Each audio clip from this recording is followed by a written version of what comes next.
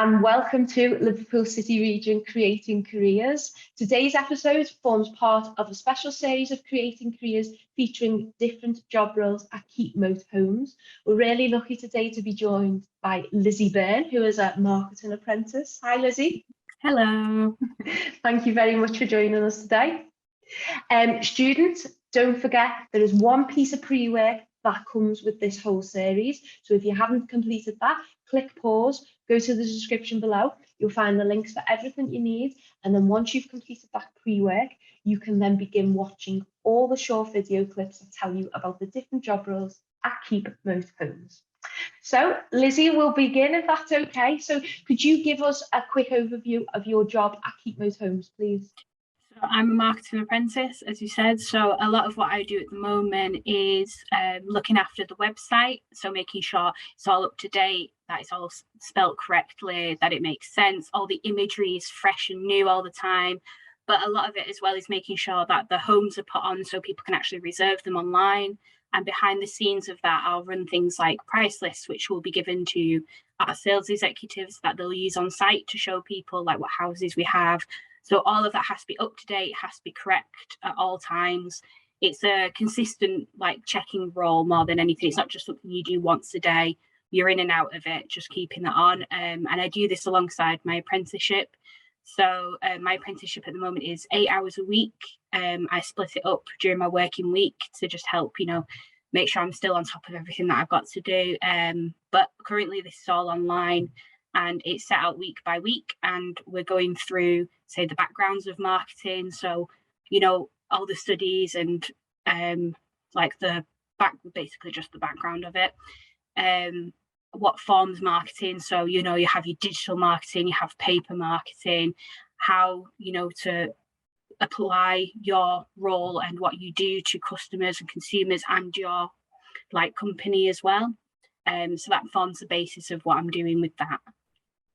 Brilliant. So just to clarify things for students, by marketing, am I right in thinking we mean any messages or information that Keepmoat homes want customers to see? That's Yes. Your role to get them out there to them. Yeah. So we'll update all the websites with things like you might have little banner lines on it that'll say we've got home of the week this week, and these are the extras or the things that are included in it, and we want people to see that at the forefront. We also create emailers and SMS campaigns, as well as Facebook advertisements, or we see on Instagram carousels and things like that with the messaging.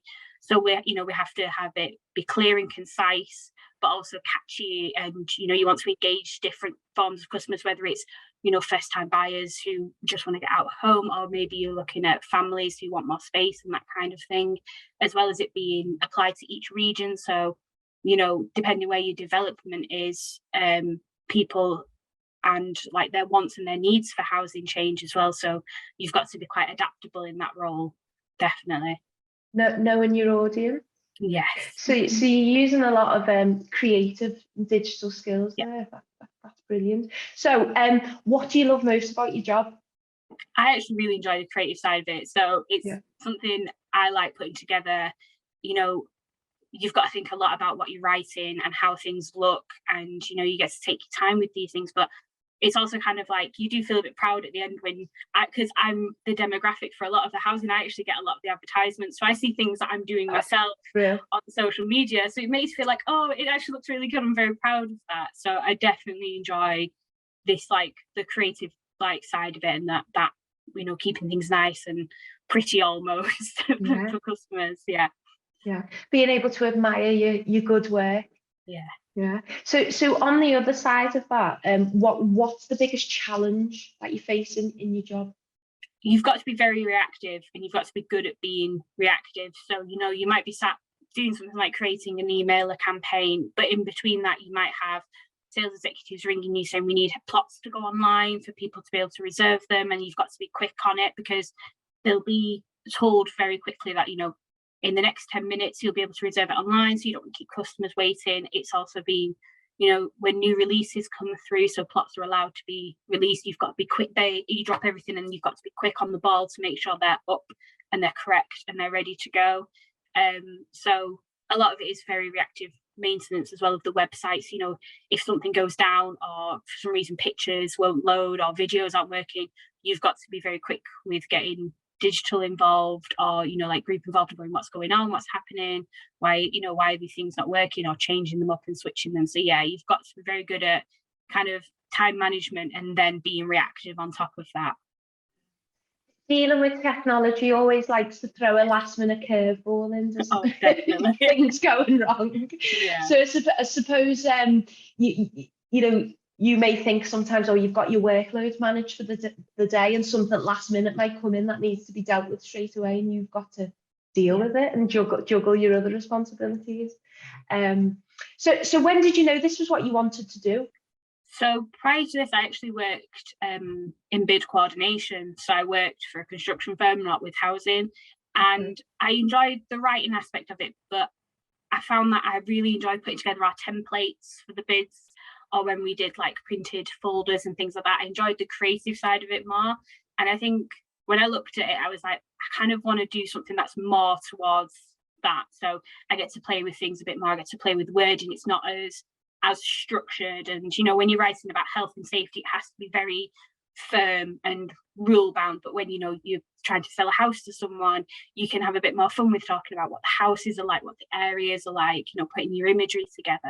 It's less, not strict, let's say, but you have a bit more fun and freedoms with it. So I think when the opportunity came up, and as well to do the apprenticeship was a big thing. So I know I'm getting fully trained. I'm getting a lot of good experience. I'm not just being thrown in the deep end and have to figure it out. I'm also getting something with it. And I think when I looked at it, I thought, yeah, this is what I want to I want to have a go at. I want to try. It looks like a really good opportunity for me. Definitely. That's great. So you had experience within a construction sector, and you used that experience then to stay within a similar sector, but a slightly different job role. Yeah. That's really brilliant. Just for students who are listening, when writing bids is about securing land, is it, to build on? Yeah, so what I did was securing contracts with, say, a council, or maybe an independent, or, you know, private or public sector, all depends, but basically to be able to carry out work. So what I did was a lot of renovation or extensions to things like school buildings or council buildings, or just general like public use buildings, not actual like things like new build housing.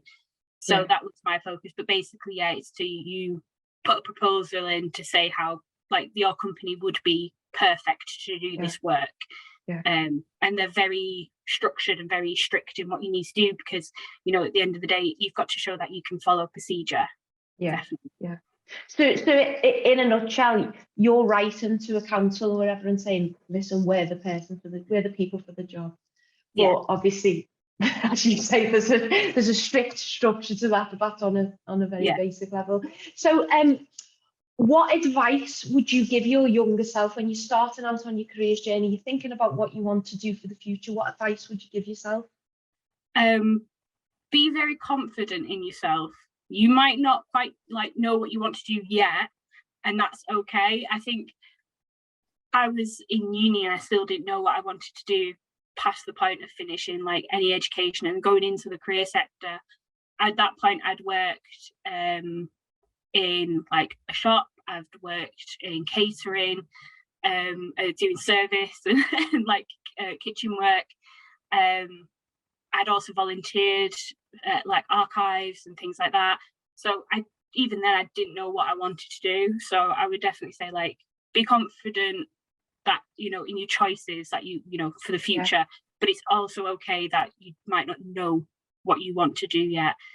And I think going into careers as well, or whatever career you want to do, I think it's important to have a voice. I think when you first start in something you've never done before, so, you know, you might go and work in marketing, you've never done it before, but it's important to know that your voice is equally as important as everyone who's got maybe 10 years of experience in that room. You're a fresh set of eyes for that company.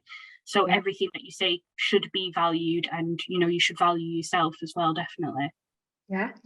So did you did a degree and then you're now doing an apprenticeship? Yeah, So I did a degree in history, actually. Me too, fellow historian. Yeah. So I did a degree in history, and then obviously I worked with BID for 3 years coming out of that, and going into this, like I said, it was an opportunity to do something completely new and also gain some good experience from it as well. So I'm just pleased that I found it, to be honest. It's really good. And I think that's really great advice, that it is about experimenting a little bit. If you're not quite sure, as long as you're making an effort to actually find your path, a bit of experimentation's fine. And I found out I like this, I don't like this, and it's brilliant going down that way. So last question, linking your career to school curriculum, to time at school. Were there any skills or knowledge that you learned at your time in school that you say you'd still use today in your job role? I was very lucky. I got to do photography while I was at college. So I got to learn a lot about the digital process of things. So I got a lot of experience with photo editing, or putting together things like collages, or even you had to present a lot of your work in front of the class each week to say why you've done something the way you've done it and why you've edited it the way you have. And I think that was good for communication and standing in front of people and going like, this is my point and this is what I want to produce, as well as the actual creative side of it. So making sure your photos look really nice, and the way that you put images together, it suits each other, that kind of thing as well. Yeah, totally. So basically then in marketing, you're trying to convince people of something, and you're using those skills from school or university, maybe, your persuasive writing in English, or our subject history. There's a lot of persuasive writing, isn't there? You're forming an argument, you're convincing people of things and your conclusion. So you're using that, every day in marketing. So that's great. Thank you so much for sharing all that with us. I really hugely appreciate it. And I know students viewing this will have found that really, really useful. So students, if you've got any questions for Lizzie about anything that was discussed today, or marketing in general, or even about Keepmoat Homes, send the questions into me at careershub@growthplatform.org, and I'll get them answered for you. And students, don't forget to complete the Creating Careers Roadmap, the Keepmoat Homes edition, that allows you to evaluate your interest in all the different job roles you have seen within Keepmoat Homes. So thank you for joining, and we will catch you on the next episode of Creating Careers. Thank you.